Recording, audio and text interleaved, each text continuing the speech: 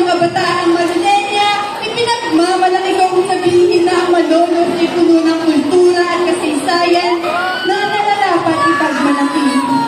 Sa Malolos, matatagpuan ang makasaysayang Baraswing Church, saksi sa unang republika, pati na ang Kasarian de Malolos at Baraswing Ecclesiastical Museum. Ngunit higit sa mga buhok na ito, ang tunay na yaman ng Malolos ay ang ating komunidad.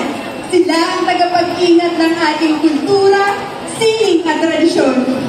Kaya, inaanyayahan ko kayo na bisitahin ang Malolos, tangkilikin ang mga lokal na produkto